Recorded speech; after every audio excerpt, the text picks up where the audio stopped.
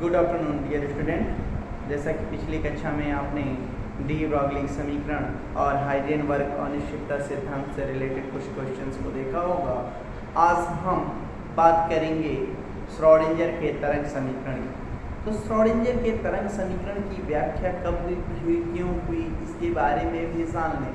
तो कुछ वैज्ञानिकों का नाम आता है जर्मन वैज्ञानिक बॉर्न, हाइजेनबर्ग, जॉर्डन तथा ऑस्ट्रेलियाई वैज्ञानिक श्रोडिंगर ने इलेक्ट्रॉन के व्यवहार को प्रदर्शित करने के लिए एक यांत्रिकी प्रस्तुत किया जिसे क्वांटम यांत्रिकी कहा जाता है। हमने लिखा जर्मन वैज्ञानिक बॉर्न, हाइजेनबर्ग और जॉर्डन तथा ऑस्ट्रेलियाई वैज्ञानिक श्रोडिंगर ने 1926 में इलेक्ट्रॉन के व्यवहार को स्पष्ट करने के लिए एक यांत्रिकी प्रस्तुत किया जिसे क्वांटम यांत्रिकी या तरंग यांत्रिकी वेव मैकेनिक्स कहा जाता है। वेव मैकेनिक्स अर्थात कहने का तात्पर्य है कि क्वांटम यांत्रिकी के मूल आधार जो एक समीकरण पर आधारित था, उस समीकरण का ही नाम श्रोडिंगर का तरंग समीकरण है। तो इसकी तरंग यांत्रिकी की व्याख्या इस समीकरण की सहायता से की गई, तो नाम आता है श्रोडिंगर का तरंग समीकरण। हम जैसे कि जानते हैं कि इलेक्ट्रॉन एक तरंग है, तरंग की भांति व्यवहार प्रदर्शित करता है। हमने इलेक्ट्रॉन की गति प्रकृति आपको पढ़ाया है। इलेक्ट्रॉन कण भी है और तरंग भी है। तो इलेक्ट्रॉन यदि तरंग है तो प्रगामी तरंग का समीकरण इस पर अप्लाई होगा और इस आधार पर एक समीकरण की व्युत्पत्ति होगी। ध्यान से देखेंगे कैस प्रकार करेंगे। आपके पाठ्यक्रमानुसार केवल आप इसके समीकरण को याद कर सकते हैं, लेकिन हम आपको थोड़ा सा इसको विस्तृत करते हुए जाएंगे। इसके समीकरण के डेरिवेशन की भी बात करेंगे। डेरिवेशन थोड़ा बड़ा है, परेशान न होंगे, आराम से करते जाएंगे, हम कराएंगे। ठीक है, जहाँ पे जो भी प्रॉब्लम आएगी आप अपने मैथमेटिक्स वाले सर से भी उसके आगे का प्रोसेस पूछ सकते हैं।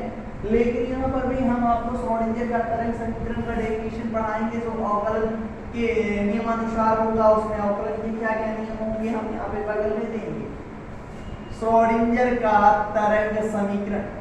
तो श्रोडिंगर का तरंग समीकरण किस समीकरण को लेकर हम डेरिवेट कराएंगे, तो प्रगामी तरंग का समीकरण लेंगे। प्रगामी तरंग का समीकरण, प्रगामी तरंग समीकरण क्या होता है ये याद रखना होगा। इसे बोलते हैं साई, PSI, साई भगवान वाला साई बोलते हैं। साई बराबर A sin 2 pi by lambda VT plus x। ये आपका प्रगामी तरंग समीकरण होता है। ये क्या होता है? एम्पलीट्यूड होता है। लैम्डा क्या है? तरंग दैर्घ्य क्या है? ये वेग की समय x है, विस्थापन मतलब दूरी, x डिस्टेंस की बात कर रहा है, x एक्सिस के सापेक्ष है। आपकी बात करेंगे, तरंग की बात आएगी तो हम आपको बतलाएंगे कि ये 3 डायरेक्शन में की बात आएगी। आप समझ रहे होंगे, एक्सिस की बात कर रहा हूँ तो x एक्सिस की बात होगी, y एक्सिस की भी बात होगी और z एक्सिस की भी बात होगी।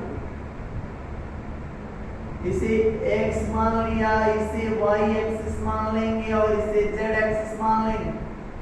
हम तीनों के सापेक्ष चलकर समीकरण की डेराइव करेंगे और इससे जो एक लास्ट का समीकरण मिलेगा वही है आपका श्रोडिंगर का तरंग समीकरण। ध्यान से देखेंगे तो साई बराबर A sin 2 pi by lambda VT plus x आ गया। इसको लेकर हम श्रोडिंगर के तरंग समीकरण की डेरिवेशन पे जा रहे हैं। कह रहा है कि प्रारंभिक समय का मतलब जब स्टार्टिंग की बात आ रही तो प्रारंभिक समय में t का मान क्या होता है? 0। तो प्रारंभिक समय में प्रगामी तरंग समीकरण क्या हो जाएगा? तो करेंगे सर साई बराबर A sin 2 pi by lambda VT पूरा 0 हो जाएगा, क्योंकि T 0 तो V into 0 पूरा 0 इंटू एक्स। समीकरण नंबर 1 ले लेंगे, समीकरण नंबर 1 ले लिया। अब समीकरण नंबर 1 के दोनों पक्षों का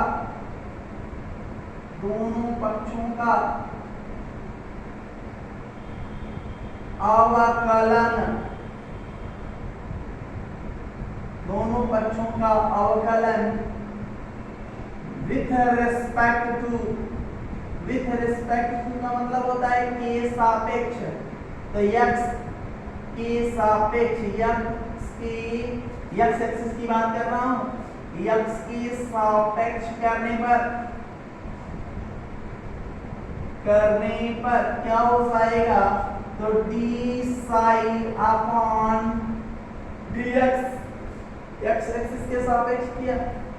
यहाँ पर आपको जानना होगा, आप जान लें, सर से पूछेंगे मैथमेटिक्स वाले सर से तो बताएंगे कांस्टेंट का अवकलन नहीं किया जाता। तो जब कांस्टेंट का अवकलन नहीं होगा तो कांस्टेंट कौन कौन से हैं? तो a है 2 पाई बाई लैम्डा है, तो इसका नहीं होगा, इसको बाहर निकाल सकते हैं। एक बार ये साथ में होगा क्योंकि इसके साथ में मल्टीप्लिकेशन में भी है, तो पहले बाहर निकाल देते हैं। तो क्या हो जाएगा? a 2 pi by lambda d by dx sine 2 pi by lambda into x। मैंने एक बार छोड़ा और एक बार लिया। कांस्टेंट का यदि आपने अवकलन कर देंगे तो मान 0 हो जाता है। और यहाँ हमने बताया, सर से आप पूछेंगे, यहाँ पर एक सूत्र अप्लाई होगा, वो हम नहीं बताएंगे, सर बताएंगे आपको मैथमेटिक्स वाले। अब आपको जान लें कि साइन का अवकलन करोगे, अवकलन करने पर साइन का क्या हो जाता है? कास, और कास का यदि करोगे तो हो जाता है माइनस साइन। और सब कुछ करते जाएंगे, क्या हो जाएगा? D psi upon D x बराबर a 2 pi by lambda into sine की जगह क्या हो जाएगा? cos 2 pi by lambda into x. हो गया। फिर से आप बात कर रहे हैं, क्या कर रहे हैं सर? तो कह रहा है कि ये समीकरण नंबर आपका क्या बन गया? 2। समीकरण नंबर 2 का, समीकरण नंबर 2 के दोनों पक्षों का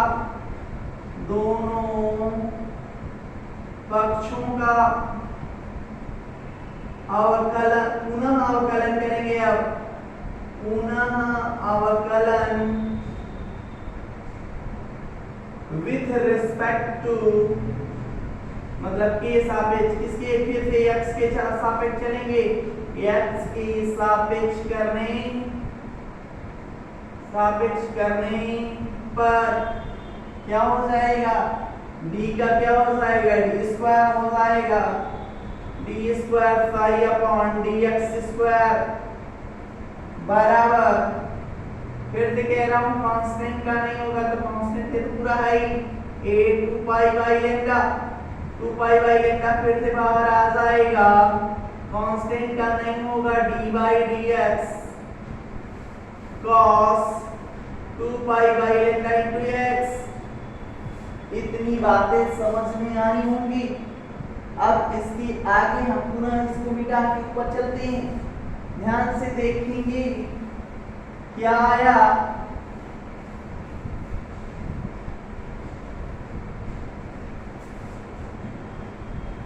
d square phi upon dx square बराबर a 4 pi square upon lambda square. Cos का क्या हो जाता है? तो बताया minus sine 2 pi by lambda into x. अब देखिए इस माइनस साइन को इधर कर देते हैं, पूरा एक उधर लेते जा रहे हैं, माइनस साइन को इधर कर दे तो क्या हो जाएगा? D square phi upon dx square बराबर, कई टीचर आपको मैथमेटिक्स से पढ़ाएंगे, इसको डेवा पढ़ना शुरू कर देंगे। इसको पढ़ेंगे, इसको डेवा पढ़ेंगे और डेवा बनाने का तरीका ऐसे बताती तो परेशान न होइए, इस तरह भी आप कर सकते हैं। क्या हो जाएगा, -4 पाई² अपॉन लैम्डा स्क्वायर, माइनस इधर आया तो ये क्या बचा, a sin 2 pi by lambda. देखिए 2 pi by lambda into x, इतना ये वाला हिस्सा देख रहे हैं समीकरण नंबर 1 से मैच कर रहा है। a sin 2 pi by lambda into x कितने के बराबर होगा, साई के। तो यहाँ पर आप जान लें चूंकि होता है साई बराबर प्रारंभिक समय के लिए a sin 2 pi by lambda into x, इसकी जगह साई रख दीजिए, d square phi upon dx square बराबर -4 pi square upon lambda square, इसकी जगह क्या कर दिया हमने, साई। अब ध्यान से फिर से देखें, यहाँ पर हमने इलेक्ट्रॉन की गति प्रकृति डी ब्रोगली का समीकरण लेंगे और डी ब्रोगली के समीकरण की सहायता से हम आगे की बात करेंगे। ध्यान से देखते रहें। डी ब्रोगली समीकरण के अनुसार,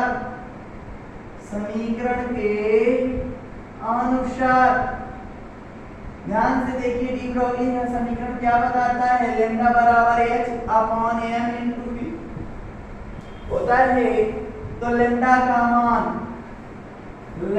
मान इसको समीकरण नंबर आप क्या बोलेंगे, देखा होगा 1 आया, 2 आया, 3 आया होगा, ये अब 4 हो जाएगा, समीकरण नंबर 4। लैम्डा का मान समीकरण नंबर 4 में देख लीजिएगा, 3 है कि 4 ही होगा, 4 समीकरण नंबर 4 में रखने पर रख दिया तो क्या आया, ये डी स्क्वायर 5 में फिर से बोल रहा हूँ, इसको डी की जगह किसी किताबों में ऐसे है और सर जी आपके पढ़ाएंगे डेवा स्क्वायर 5 अपॉन डेवा एक्स स्क्वायर पढ़ सकते हैं। ऐसे भी डेल्टा को ऐसे भी रिप्रेजेंट किया जाता है, ये डेल्टा ही है, dx स्क्वायर बराबर -4 पाई स्क्वायर अपॉन लैम्डा की जगह क्या रख सकते हैं, h अपॉन m v का होल स्क्वायर साई। अब इसका हम मल्टीप्लिकेशन करें और ऊपर कर दें तो क्या हो जाएगा, 4 pi square m square v square ऊपर चला जाए, m स्क्वायर v स्क्वायर क्योंकि इसके अपान में है अपॉन h स्क्वायर साई। अब थोड़ा सा दिमाग लगाएंगे और थोड़ा सा यहाँ पे और काम करना है। आप जानते हैं काइनेटिक एनर्जी, गतिज ऊर्जा बराबर होता है क्या, हाफ mv स्क्वायर, और यांत्रिक ऊर्जा बराबर क्या होता है, यांत्रिक ऊर्जा जिसको आप किससे डिनोट करते हो, कैपिटल ई से पढ़ा चुके हैं आपको, तो आप कहते हो kinetic energy plus potential energy होता है। अब इन दोनों का की बात नहीं कर रहा है, यहाँ काइनेटिक एनर्जी की बात कर रहा हूँ। हाफ mv स्क्वायर यहाँ बनाना है, क्या करोगे, ध्यान से देखना, ये थोड़ा सा दिलचस्प है। 4 pi square into 2 by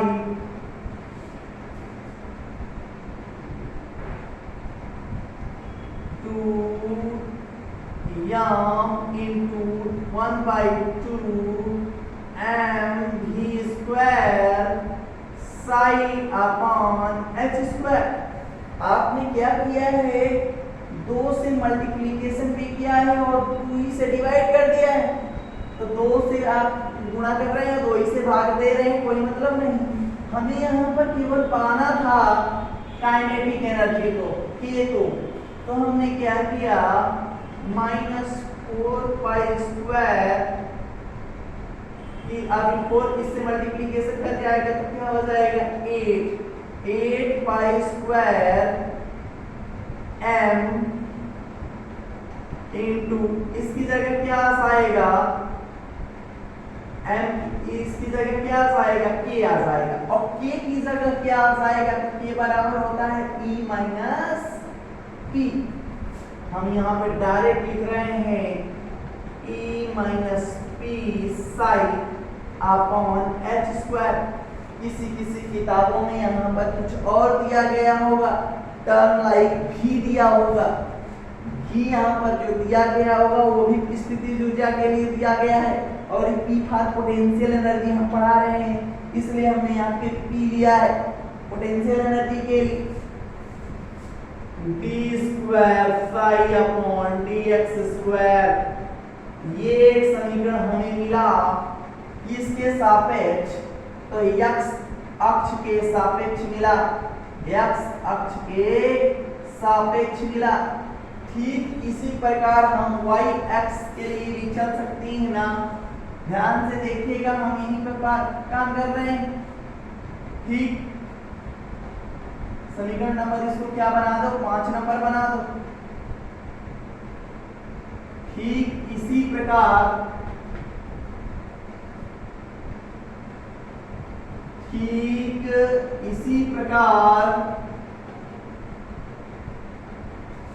y अक्ष के सापेक्ष, y अक्ष के सापेक्ष क्या हो जाएगा, d square phi upon dy square बराबर -8 पाई square m e minus p psi. इसके सापेक्ष चल रहे हैं हम, y के सापेक्ष चल रहे हैं अपॉन h स्क्वायर। ये किसके सापेक्ष चल रहे थे, x के। ठीक इसी प्रकार z अक्ष के सापेक्ष क्या हो जाएगा, के सापेक्ष चल जाए तो क्या होगा, d square phi upon d z square बराबर -8 पाई square M e minus p psi. z के लिए चल रहे हैं अपॉन h स्क्वायर। अब 5 है, ये 6 है और ये 7 है। कंपेयर करा लोगे तो देखोगे राइट हैंड साइड सब में बराबर है, तो लेफ्ट हैंड साइड भी बराबर होगा और इसको जोड़ ले, समझ ले आप। हम कहना चाहते हैं वो बातें जान लें। यहाँ पर जान लीजिएगा d square phi upon dx square, d square phi upon dy square, d square phi upon dz square, x y z तीनों के सापेक्ष है। इतनी की जगह हम लिख सकते हैं डेल स्क्वायर साइन, और ये क्या हो जाएगा, x y और z, इसे बोलते हैं डेल। यह है एक लाप्लासियन गणितीय ऑपरेटर है और डिनोट किया जाएगा। अब इसके आधार पर आप फिर से आ जाएं यहाँ पर, ध्यान से देखते रहिएगा। हम अब आखिरी चरण में चल रहे हैं।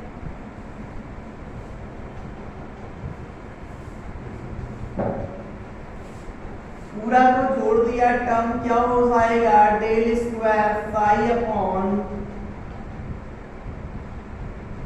डेल स्क्वायर साई बराबर -8 पाई square M e minus p upon h square psi x y z।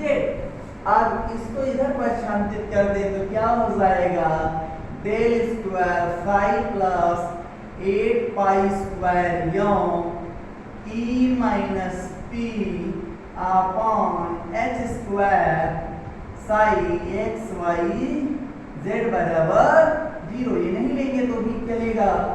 यही समीकरण नंबर क्या हो जाएगा, 8। 7 के बाद क्या है, 8। समीकरण नंबर 8 भी श्रोडिंगर का तरंग समीकरण कहलाता है। तरंग समीकरण कहलाता है।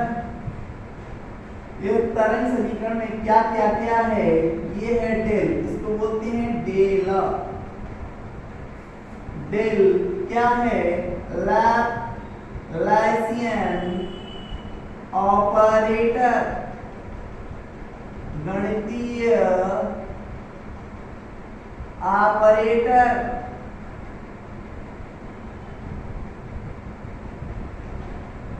साई क्या है? तरंग फलन है, वेव फंक्शन। वेव फंक्शन जो इलेक्ट्रॉन के तरंग के आयाम को प्रदर्शित करता है।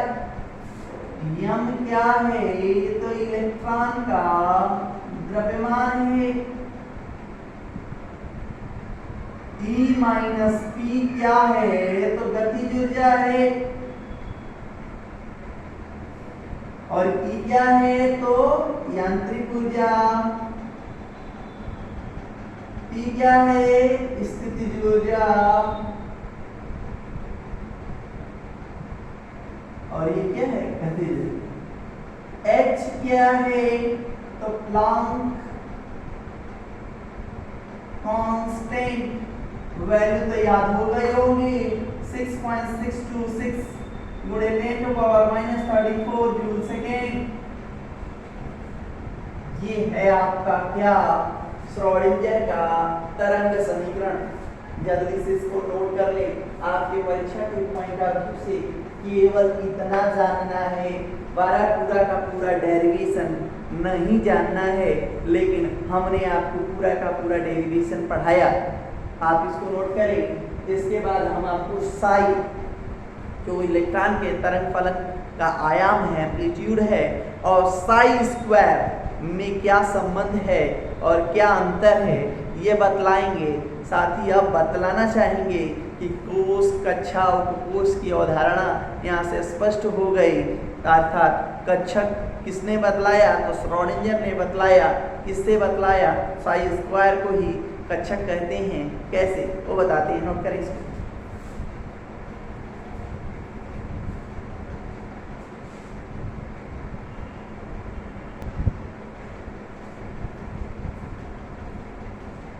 नेक्स्ट टॉपिक, साई तथा साई स्क्वायर का महत्व क्या है?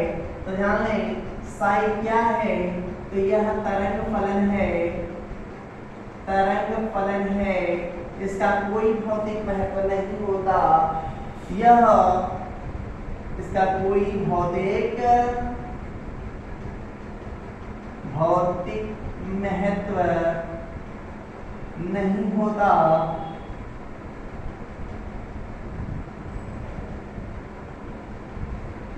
यह इलेक्ट्रॉन तरंग के आयाम, एम्पलीट्यूड आयाम को व्यक्त करता है। सो साई है, साई का मान धनात्मक तथा ऋणात्मक हो सकता है। और कैसे सर? तो आपको भी बताया, इलेक्ट्रॉन एक तरंग है जो श्रृंगगत के रूप में चलेगी। श्रृंगगत तो जब श्रृंग के रूप में होगी तो साई का मान धनात्मक होगा, और जब गत के रूप में होगी तो साई का मान ऋणात्मक होगा। फिर साई धनात्मक होगा श्रृंग में और साई ऋणात्मक होगा गत। साई का मान धनात्मक तथा ऋणात्मक हो सकता है। अब जब की बात करते हैं साई स्क्वायर, तो साई तरंग फलन है, जबकि इसका स्क्वायर नाभिक के चारों ओर का वह त्रिविमीय अंचल या भाग होता है जिसमें इलेक्ट्रॉन के पाए जाने की प्रायिकता या संभावना सबसे अधिकतम होती है, जिसे हम क्या कहते हैं? कक्षक कहते हैं। अर्थात साई स्क्वायर क्या है? कक्षक है। और कक्षक की परिभाषा क्या हो गई? तो परमाणु नाभिक के चारों ओर का वह त्रिविमीय अंचल या भाग जिसमें इलेक्ट्रॉन के पाए जाने की प्रायिकता सबसे अधिक होती है, कक्षक कहलाता है। और साई स्क्वायर का जो मान होता है, मान वो सदैव धनात्मक होता है, सदैव धनात्मक होता है। हम नेक्स्ट डे ऑर्बिटल के बारे में, सबसेल ऑर्बिटल मतलब आपको फिर ऑर्बिटल और सबसेल के बारे में बताएंगे। मतलब सबसे पहले ऑर्बिट के बारे में, सबसेल के बारे में, फिर ऑर्बिटल के बारे में बतलाएंगे। उसमें सबसेल में S P D F subshell के बारे में बताएंगे और ऑर्बिटल में भी S P D F orbital के बारे में बतलाएंगे। Thank you.